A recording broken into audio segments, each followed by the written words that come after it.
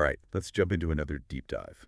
Today we're talking about mindfulness meditation, specifically how it can help manage depression and anxiety. And get this, our main source is a Chinese language YouTube video from Detailed Daily Reading. It's pretty cool to see mindfulness through this different lens, plus they go into both the how and why this practice can be so beneficial. Yeah, it's interesting how the video really digs into the reality of depression and anxiety, like what it actually feels like. They use some powerful language too, like that thought that keeps you up all night, or that feeling of a cloud hanging over you during the day. They even talk about that empty sense of despair. Yeah, no kidding. It's heavy stuff for sure. It's Yeah. like they capture that feeling of being totally weighed down, like you're stuck in quicksand or something. And then they bring up this statistic. Get this, 12% of men and 20% of women experience depression at some point in their lives. So it's a deeply personal struggle, but it's also like surprisingly common. Right, and that's where they introduce mindfulness meditation as a possible solution. But not in the way you might think. It's not like just meditate and all your problems disappear. It's more about, finding peace and presence within whatever you're going through, not forcing yourself to be happy all the time. That's a really important point. It kind of takes the pressure off, right? It's not about reaching some perfect state of bliss, which, let's be honest, can feel impossible when you're struggling. It's more about, I don't know, learning to just be with your experience, whatever it is, with more acceptance and compassion. And speaking of which, the video highlights this guy, Dr. Kabat-Zinn, a pioneer in bringing mindfulness to the West. His 8-week mindfulness-based stress reduction program, MBSR for short, has been super influential and really helped bridge the gap between ancient practice and modern science. Totally. His program and the research it's based on shows that mindfulness isn't just, some esoteric spiritual thing. There's real scientific evidence that it can have a huge impact on our mental and physical well-being.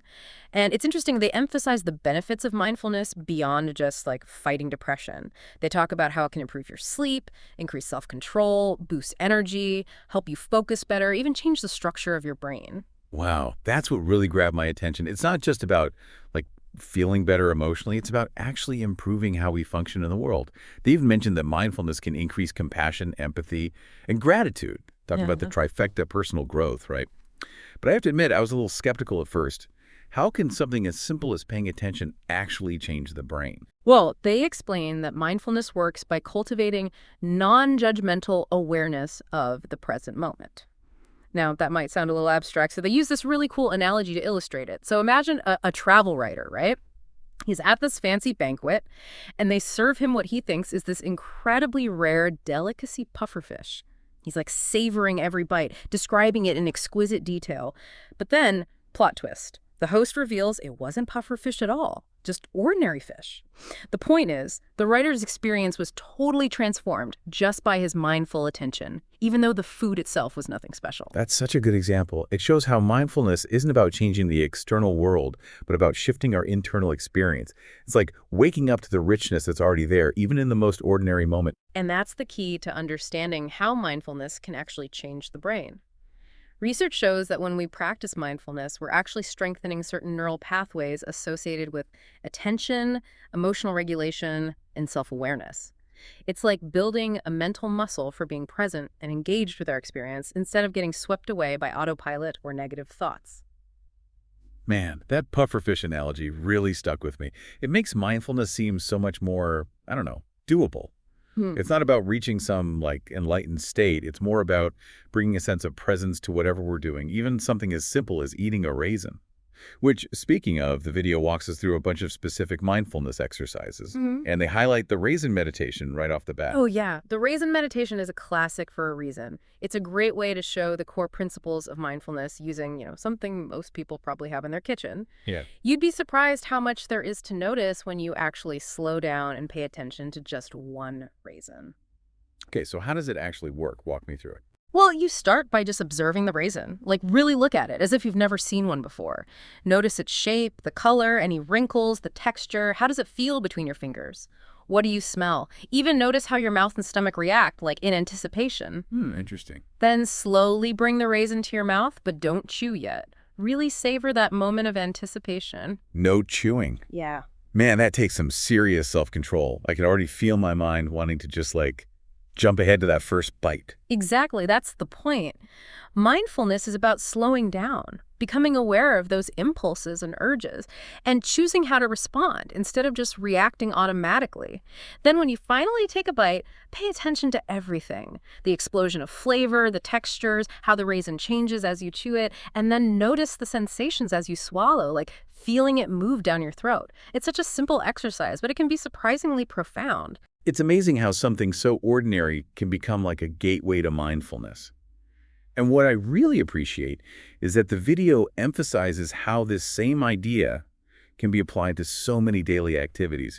They even call them mindful daily activities. Totally. You don't need to sit on a cushion for hours to get the benefits. You can bring that same quality of attention to everyday stuff, like washing dishes, taking a shower, even driving. Imagine feeling less stressed in traffic because you're actually present with the sensations of driving. Oh man, that would be a game changer. Yeah. But how do you actually stay present when you're doing something so routine? My mind always seems to wander, to my to-do list or that awkward conversation I had earlier. Well, yeah, that's the challenge, right? Our minds are like constantly jumping from thought to thought. The key is to just notice when your mind has wandered and gently guide your attention back to whatever you're doing. Feel the warm water on your hands as you're washing dishes, or the rhythm of your breath as you walk, the feel of the steering wheel. So it's like a constant practice of noticing when you've drifted off and bringing yourself back. Yeah, that makes sense. Now, the video also highlights different breathing exercises. They mention a lying down and a sitting version of mindful breathing, even mindful walking. Are there, key differences between these? Well, they all cultivate present moment awareness, but they offer kind of different starting points. The lying down version of mindful breathing can be super relaxing. Might be good if you tend to fall asleep during meditation. The sitting version can help you stay more alert and cultivate stillness. And mindful walking is a great way to, bring mindfulness into movement. I've actually tried mindful walking before, but I felt a little self-conscious. Was I doing it right? Am I supposed to be walking super slow, staring at my feet? No, not at all. You can walk at your normal pace. Yeah. The point is to tune into the sensations of walking, the feel of your feet hitting the ground, the movement of your legs and arms, that gentle swaying of your body. It's about bringing awareness to something we usually do on autopilot. Okay, that makes more sense. They also mention mindful hand awareness, which sounds interesting. Yeah, it's a really simple but powerful practice. You just close your eyes and bring your attention to your hands. What do you feel? Warmth, coolness, tingling. Just notice the sensations without trying to change them. You might even feel a subtle pulse as blood flows through your hands. It's a nice way to anchor yourself in the present moment and connect with your body. I can see how that would be helpful if you're feeling anxious or disconnected. And speaking of connecting with the body, they also talk about the body scan meditation. I've heard of that one, but I've never actually tried it. The body scan meditation is another classic mindfulness practice, and for good reason. It's incredibly relaxing, but it also helps you develop a more intimate awareness of your physical sensations.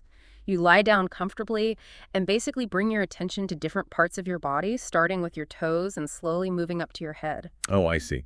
Now, the video mentions that you might fall asleep during the body scan. Is that okay? Should I, do it in bed? It's totally fine to fall asleep. It just means you're relaxed.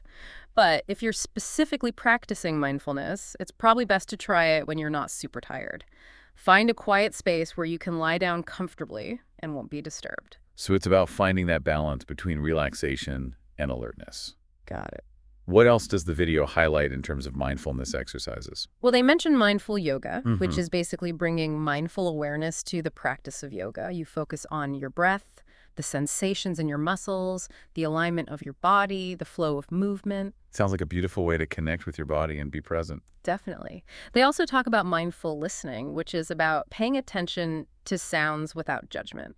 Just letting sounds wash over you, noticing the different qualities, the pitches, whether they're near or far. Sounds like a good way to train your attention and be more aware of your surroundings.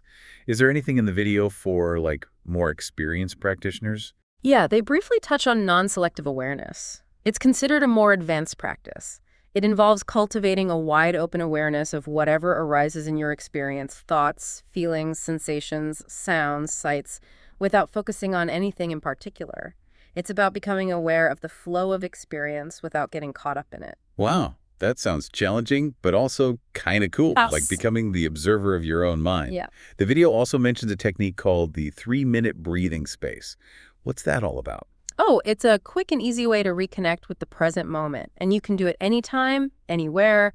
Perfect for those times when you're feeling stressed and just need a quick reset. Like a mindfulness smack break, I like it. Exactly. It only takes 3 minutes and involves 3 simple steps. First, you bring your attention to the present moment, just noticing what's happening. Then, you shift your focus to your breath, feeling the rise and fall of your chest. And finally, you expand your awareness to include your whole body, noticing any sensation. That sounds really accessible. And speaking of incorporating mindfulness, the video also goes into the structure of an 8-week mindfulness program based on Dr. Kabat-Zinn's work. Right. It's a structured approach to cultivating mindfulness that introduces different practices and insights week by week. So walk me through it. What happens each week? Well, in week 1, the focus is on developing body awareness through the body scan meditation. You're encouraged to practice it daily, even if it's just for a few minutes. And right away, they also introduce informal mindfulness practices, like bringing mindful awareness to everyday things, like brushing your teeth or showering. So it's about making mindfulness a part of your life, not just a separate thing you do. Exactly. What about week 2? In week 2, you add the sitting meditation to your daily practice, focusing on your breath and observing any thoughts, feelings, or sensations that come up. You also continue with those informal practices, maybe choosing a different activity to focus on each week. And here's a cool thing. They encourage you to notice one pleasant experience each day and really savor it, paying attention to all the sensations, emotions, and thoughts that come with it. I like that. It's so easy to get caught up in what's wrong. This helps us appreciate the good stuff. Right. Then, in week 3, they introduce mindful yoga to further develop body awareness and connect with the present moment through movement.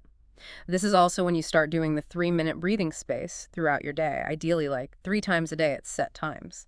And the informal practice that week focuses on paying attention to unpleasant events. Ooh, that sounds tough. It can be, but it's also really valuable. Mm-hmm. By bringing mindful awareness to difficult experiences, we can learn to handle them better instead of just getting swept away by our emotions. Like learning to ride the waves instead of getting tossed around by them. So we're building resilience. Yeah, exactly. And that becomes even more important in week 4, where you start learning how to use mindfulness, especially that 3-minute breathing space, to work with difficult emotions. So instead of just observing our breath, we're now bringing awareness to our emotions. Exactly. You're learning to observe them with curiosity, without judgment, instead of getting totally caught up in them. And the informal practice in week 4 is all about using that 3-minute breathing space whenever you notice yourself feeling stressed or off balance. That's cool, like having a mindfulness toolkit.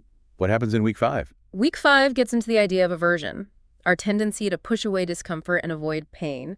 You explore this tendency and learn how to approach those unpleasant experiences with more curiosity and acceptance. So instead of running away from difficult emotions, we're learning to turn towards them. That seems kind of counterintuitive, but I get it. It is. When we stop resisting, we create space for healing and growth. And then in week 6, the focus shifts to thoughts. So we're becoming mindful of our own minds. Exactly. You start exploring the nature of thoughts, how they arise and pass away, and how they can affect our emotions and behaviors. Learning to observe them without judgment and choose more helpful ways of thinking. This can be super helpful for managing anxiety and depression, which often involve getting stuck in negative thought patterns. Right, it's about breaking free from those mental loops. Yeah. So what about week 7? Week 7 is all about finding what works best for you. You revisit those formal practices, mindful yoga, sitting meditation, and the body scan, and figure out how to integrate them in a way that feels natural. It's about finding your own personal mindfulness routine. And what about the last week, week 8? In week 8, you reflect on your experience with the program and choose a mindfulness practice that you can stick with long term. The goal is to make mindfulness a part of your life, not just something you do for 8 weeks and then forget about. That sounds like a really well-rounded program. It's amazing how each week builds on the last one. Man, that 8-week program sounds really cool, like a step-by-step guide to mindfulness. But before we wrap up, I want to go back to those 2 key principles the video talked about: no goals and living mindfully. Yeah, those are super important. They really get at the heart of what mindfulness is all about. Now, no goals might sound a little weird at first, especially these days when everyone's all about achieving stuff. But with mindfulness, it's about letting go of that striving, at least when it comes to your inner world. I could see how that would be tough. We're so used to thinking that happiness is something we have to, earn or achieve. But mindfulness is saying it's more about just being present with what is, without judgment. Exactly. It's about accepting the present moment, even with all its imperfections, instead of constantly chasing some perfect future. It's like that saying, happiness is a journey, not a destination. Yeah, that's a good way to put it. And the video gives some really practical examples of how to bring this no-goals approach into our daily lives. Like, they talk about turning even mundane tasks, like doing the dishes, into mindfulness practices. Right. I love that about mindfulness. It's not something you have to set aside extra time for. You can just weave it into your day. Bring that sense of presence to whatever you're doing. So, like, next time you're washing dishes, instead of thinking about your to-do list or that argument you had, just try focusing on the sensations of the task itself. Right, feel the warm water, the slippery soap, the weight of the dishes. Really engage all your senses. Sounds simple, but I bet it takes practice to actually stay focused. It definitely does. Our minds love to wander, especially when we're doing something routine. But the more we practice bringing our attention back, the easier it gets. It's like working out a muscle. The more you use it, the stronger it gets. And that's where living mindfully comes in, right? It's about taking that mindful awareness beyond formal meditation and applying it to everything. Totally. It doesn't matter if you're brushing your teeth, having a conversation, or walking the dog. You can bring that sense of presence to all of it. It's about noticing what's happening around you, the sights, sounds, smells, sensations, without getting lost in your thoughts or distractions. Yeah, I like that. The video even talks about using mindfulness to deal with difficult emotions. Yeah. Like, they emphasize the 3-minute breathing space as a tool for when we're feeling overwhelmed. Oh, it's such a useful practice. You can do it anywhere, anytime, to just create a pause, a space to come back to yourself. And by being mindful of those difficult emotions, we can learn to respond to them in a healthier way, instead of just getting swept away. Yeah, it's like putting some space between us and our reactions so we can choose how to respond. You know, this deep dive has been so eye-opening. I feel like I have a much better grasp on what mindfulness is and how it can actually make our lives better. Me too. And the coolest thing is that anyone can practice mindfulness. It doesn't matter how old you are, what your background is, or how much experience you have. It's really just about paying attention, being present, and accepting things as they are. And I love how the video puts it. If life itself is the ultimate mindfulness practice, where will you start bringing more mindful awareness into your day? That's such a great question. Where will you, dear listener, start bringing more mindfulness into your day? We hope this deep dive has given you some inspiration and some tools to get started. Until next time, keep exploring, keep learning, and keep diving deep.